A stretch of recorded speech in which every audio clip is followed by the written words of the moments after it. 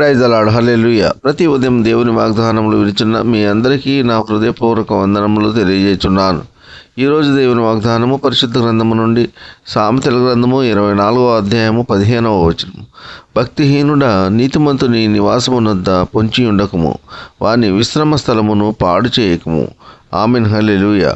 దేవుని నమ్ముకుని ఆయన చిత్తానుసారంగా వాక్యానుసారంగా జీవించేవారు నీతిమంతులు, యథార్థవంతులు. వీరు విశ్రమించే స్థలములలో భక్తిహీనులు, దేవుని ఎరుగని వారు, లోకానుసారులు, చెడుక్రియలు జరిగించేవారు చేరకూడదు. నీతిమంతులు నివాసము దగ్గర భక్తిహీనుడు గనుక పొంచి ఉండిన ఎడల వాడు నీతిమంతులు విశ్రమించే స్థలములను పాడు చేయుదురు. కావున ప్రియ సహోదర సహోదరి, ఎట్టి పరిస్థితుల్లోనైనా భక్తిహీనుని ఇంటికి రమ్మని ఆహ్వానించవద్దు. వారి స్నేహము అసలు చేయవద్దు. భక్తిహీనులతో పాలందకూడదు. ఎందుచేతనగా వారు నీతిమంతుల ప్రదేశములను పాడు చేయుదురు. భక్తిహీనుడు మూర్ఖుడు గనుక వాడు ఎప్పుడు ఏమి చేయునో మనకు తెలియదు. గనుక దేవుని బిడ్డలైన వారు చాలా జాగ్రత్తగా ఉండాలి. భక్తిహీనుని సహవాసము ఎన్నడూ చేయరాదు. భక్తిహీనుతో పొత్తు పెట్టుకొని రాదు. కావున ప్రియ సహోదర సహోదరి, దేవుని పిల్లలైన వారు భయభక్తులు గల వారితోనే స్నేహం చేయాలి. కావున ప్రియ సహోదర సహోదరి, ప్రతి విషయంలో దేవుని పిల్లలైన వారు చాలా జ్ఞానము కలిగి ప్రవర్తించాలి. భక్తిహీనులను, మోసకారులను, చెడు ప్రవర్తన కలిగిన వారిని కనుగొనాలి. వారిని గమనించగలిగిన జ్ఞానమును పొందుకోవాలి. దేవుని జ్ఞానము ఎంతో అవసరము. పైకి భక్తిపరులాగా నటించేవారు ఉన్నారు. గొర్రె చర్మం కప్పుకొన్న తోడేలు వంటి వారు లేకపోలేరు. దేవుని పిల్లలైన వారు జ్ఞానం కలిగి ఉండాలి. ప్రతి చోట ఎన్నో మోసములు, అక్రమములు జరుగుతున్నవి.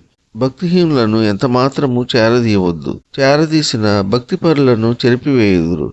ఈ కొద్ది మాటలు దేవుడి దీవించునుగాక. ఆమెన్. ప్రార్థన. కృపా సత్య సంపూర్ణుడా, మీ ఘనమైన ఉన్నతమైన నామమునకు వేలాది వందనాలు, స్తుతులు చెల్లించున్నాము యేసయ్య. మీరు గొప్ప దేవుడు, శక్తివంతుడు, సర్వాధికారి. మీకు స్తోత్రములు. ఈ వేకువని లేచి ఎందరైతే మీ యొక్క వాక్యమును విని మిమ్మల్ని అంగీకరించి ఉన్నారో అటువంటి వారిని అందరినీ దీవించండి, ఆశీర్వదించండి. ఎందరైతే మీ యొక్క వాక్యము వెనుక లోకము తట్టు, పాపం తట్టు తిరిగి ఉన్నారో అటువంటి వారందరూ మీ యొక్క వాక్యమును విని మారు మనసు పొంది, బాప్తిస్మం పొంది, రక్షింపబడి మిమ్మల్ని స్తుతించి ఆరాధించే వారిగా చేయండి. ఉద్యోగం లేని వారికి ఉద్యోగములు దయచేయండి. వివాహములు కాని వారికి వివాహములు జరుగులాగానే మీ కృప ఉంచండి. గర్భఫలం లేని వారికి గర్భఫలము దయచేయండి. గర్భిణీ స్త్రీలకు సుఖమైన ప్రసవ దినాలు దయచేయండి. తల్లి బిడ్డ క్షేమంగా ఆరోగ్యంగా ఉండేలాగా మీ కృప ఉంచండి.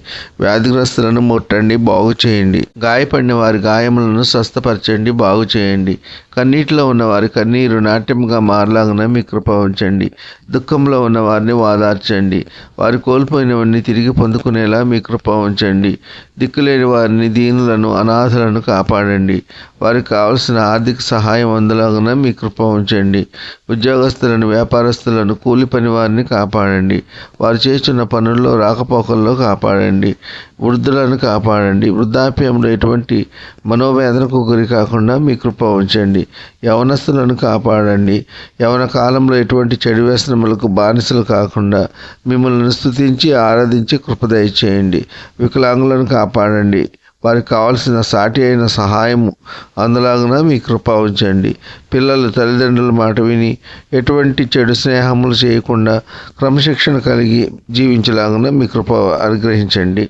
కారుల్లో ప్రయాణించే వారిని కాపాడండి. బస్సుల్లో ప్రయాణించే వారిని కాపాడండి. రైళ్లలో ప్రయాణించే వారిని కాపాడండి. నౌకల్లో ప్రయాణించే వారిని కాపాడండి. విమానాల్లో ప్రయాణించే వారిని కాపాడండి. ఇతర మోటారు వాహనాల్లో ప్రయాణించే వారిని కాపాడండి.